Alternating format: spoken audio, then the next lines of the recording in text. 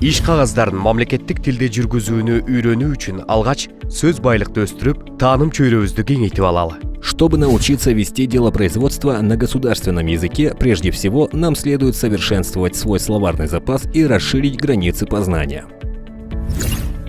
Кыргыз элинин тарыхындагы өзгөчө документтер. Кыргыз элинин жазма маданиятында тамга же эн тамга деп аталган феномен өзгөчө орунду ээлейт. Уруунун же башка кишилер тобунун энчиндеги мүлктүн ээсин аныктаган символдук белгилер түрк-монгол тилдеринде тамга деп аталып, ал өтө баалуу тарыхый булак болуп саналат. Символические знаки, определяющие владельца родового имущества, в тюрко-монгольских языках назывались тамга, тавро, клеймо, печать и являлись особо ценным историческим источником. Эн тамгалар этногенезисти, этностук маданиятты иликтеп үйрөнүүдө. Ошондой эле тарыхый жазма булактар, жер суу, уруу-урук, эл аталыштары, элдик оозеке чыгарылган маалыматтар менен катар негизги булактардын бири болуп эсептелет. Символические фамильные родовые знаки Эн-тамга наравне с историческими письменными источниками, названиями географических объектов, родов и племен, этнонимов народов и наций, сведениями устного народного творчества являются одним из основных источников в исследовании этногенеза, истории этноса, этнической культуры.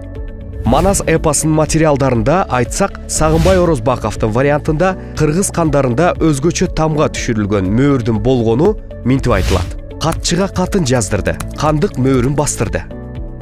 В материалах эпоса Манас, в частности, в варианте Сагынбая Орозбакова, изданного в 1980 году в городе Фрунзе, ныне Бишкек, наличие у кыргызских ханов печати с изображением особой тамги изображено следующими строками. Вторая книга, страница 78. Велели писцу письмо написать и ханскую печать поставить.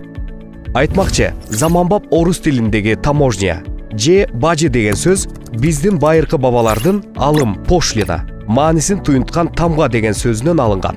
Алгач таможня деп базардагы же жарманкедеги товарга алым, пошлина, алым салынган жер аталган. Кстати, современное русское слово «таможня» происходит от тюркского слова «тамга» в значении «пошлина».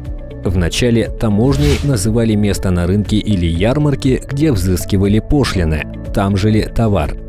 Кыргыздар тарых бетинде улуу кыргыз дөөлөтү деген аталыш менен калып, империялык формадагы мамлекет курган жана Орхон Енисей жазуусу деген жазууну жараткан эл. Кыргызы являются народом, которому удалось построить государство в имперской форме под названием Кыргызское великодержавие и творцом архонно-енисейской письменности. Кыргыз каганаты бул Барсбек каган тарабынан негизделип, 6-10 кылымдарда Түштүк Сибирь аймагында жашап, 840 жылы Чыгыш Теңир тоого же Чыгыш Тянь-Шанга чейин территориясын кеңейткен энесайлык кыргыздардын мамлекети. Кыргызский каганат – это государство енисейских кыргызов, основанное Барсбек Каганом, существовавшее в период 6-10 веков на территории Южной Сибири, к 840 году расширилось до Восточного Тянь-Шаня. Кыргыз каганаты өз өнүгүүсүнүн ар кыл мезгилдеринде көз карандысыздыгын колдон алдырып турган. Кыргыз кагандыгын башкарган каган ажо статусуна ээ болгон. В различные периоды своего существования кыргызский каганат терял свою независимость. Каган, хан ханов кыргызского каганата имел статус аджо. 840 жылдан 925 жылга чейин кыргыз каганаты өз күч кубатынын туу чокусунда турган. Бул мезгил академик Василий Владимирович Бартоль тарабынан улуу кыргыз дөөлөтү деп аталган. С 840 по 925 года кыргызский каганат находился на пике своего могущества. Академиком Василием Владимировичем Бартольдом этот период назван Кыргызским великодержавием. Орхон Енисей жазуусу биздин замандагы 8-10 кылымдардагы түрк тилдери үчүн Борбор Азияда колдонулган жазуу. Архонно-енисейское письмо – это письменность, применявшаяся в Центральной Азии для записи на тюркских языках в 8-10 веках нашей эры.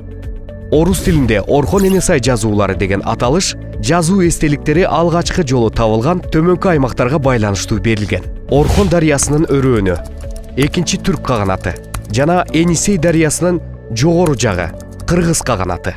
Русское научное название Орхоно-Енисейское письмо дано по первым местам находок письменных памятников в долине реки Орхон, второй тюркский каганат, и верховьях реки Енисей, кыргызский каганат.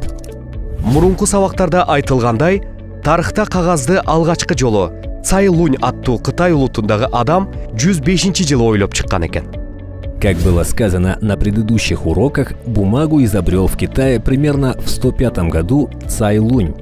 Ал эми кыргыздардын тээ байыркы мезгилдерде эле оозеки чыгармачылыкка, ташка, кийизге, кагазга чагылып, ошондой эле күнүмдүк турмуш тиричиликке жуурулушуп калган өзгөчө китептери катары шарттуу түрдө таш китеби жана кийиз китеби деп аталган китептерди түшүнсө болот.